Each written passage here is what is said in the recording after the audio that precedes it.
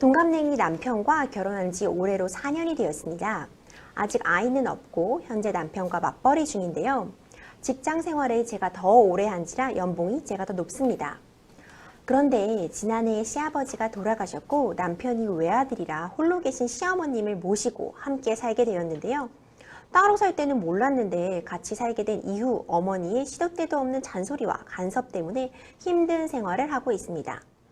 둘이 살 때는 자연스럽게 가사 분담도 했었는데 어머님께서 그 사실을 알고 난 후 끄게 쿠지람도 들었는데요.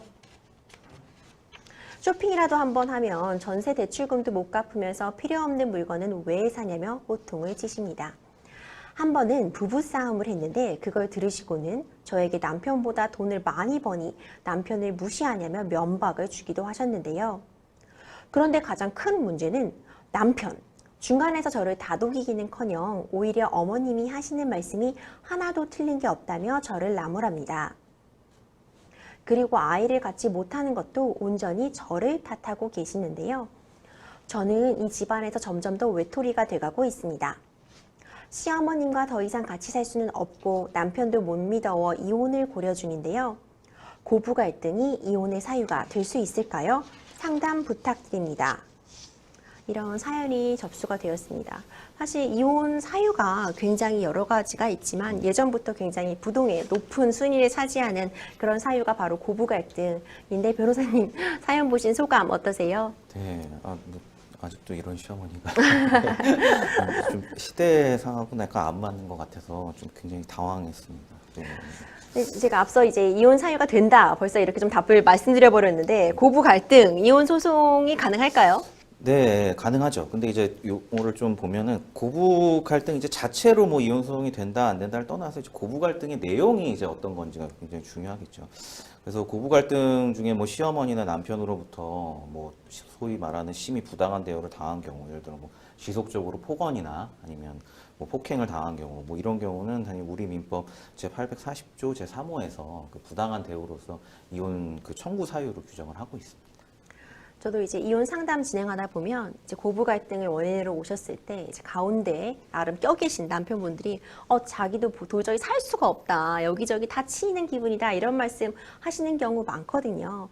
이제 남편이 제대로 중재자 역할을 하지 못해서 갈등이 더 심화된 경우 이 부분에 대해 남편에게 왜 이렇게 제대로 역할을 못했냐 이 부분도 좀 책임을 물을 수 있을까요? 네, 뭐 그것도 일종 가능하죠. 예, 왜냐하면 남편도 이 위에 말씀드린 사례에 포함해서 그러니까 예를 들어서 고부 갈등이 있는데 뭐 적절히 뭐 중재를 못했다 이걸 떠나서 뭐 좀 전 사례에서도 약간 나왔지만 오히려 이제 그 시어머님 편을 들면서 같이 뭐 부당하게 그 아내한테 뭐 부당한 폭언을 한다든지 지속적으로 아니면 뭐 심하면 뭐 폭행을 하는 경우도 있거든요. 뭐 사례에서 그런 것까지 포함이 되어 있는지 모르겠지만 그 남편이 고부 갈등에 끼어들어서 오히려 이런 부당한 대우를 더 심하게 만들었다거나 그렇게 하면 그 같이 또 이런 것도 이혼 사유가 될 수 있습니다.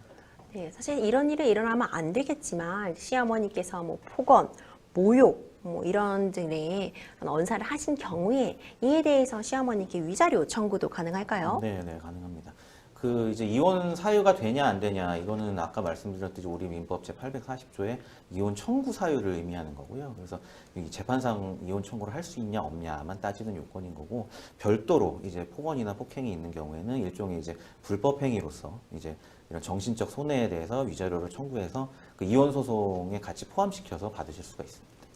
결국 이제 이혼을 하시게 된다면 제3분할이 이슈가 될 것 같아요. 사연의 내용에 보면 이제 아내분께서 연봉이 더 높다고 말씀 주셨는데 이런 경우에 제3분할은 어떻게 이루어지게 될까요? 네, 그 연봉이라고 말씀을 하셨고 사람만 보면은요. 그리고 더군다나 이제 자녀도 지금 없으신 것 같은데, 그래서 일단 원칙만 설명드리면 각자 지금 뭐 연봉으로 소득을 올리시고 계시다 하면 그거 이제 각자 가지고 가시고 간다 보면 되시고요.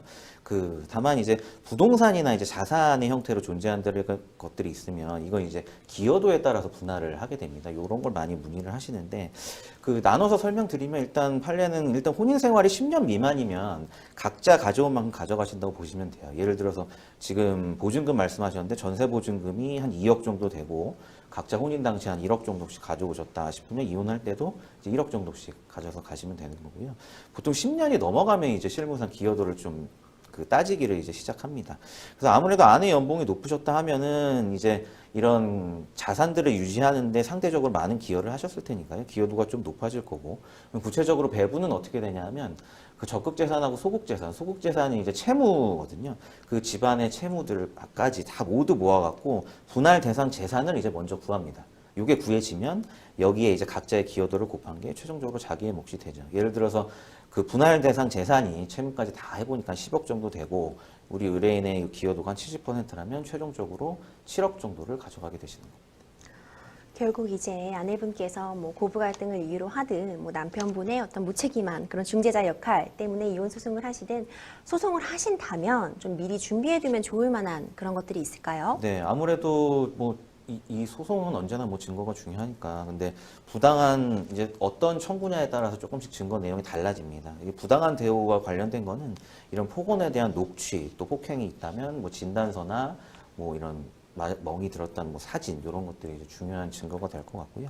재산 분할에 있어서는 기여도를 따질 만한 이런 참고 자료들이 굉장히 중요한데요. 예를 들어 뭐 세금을 낸 기록이 있다고 하면 그런 세금 기록이나 그다음에 뭐 생활비 지출 내역 같은 것들을 최대한 모으시는 게 좋습니다.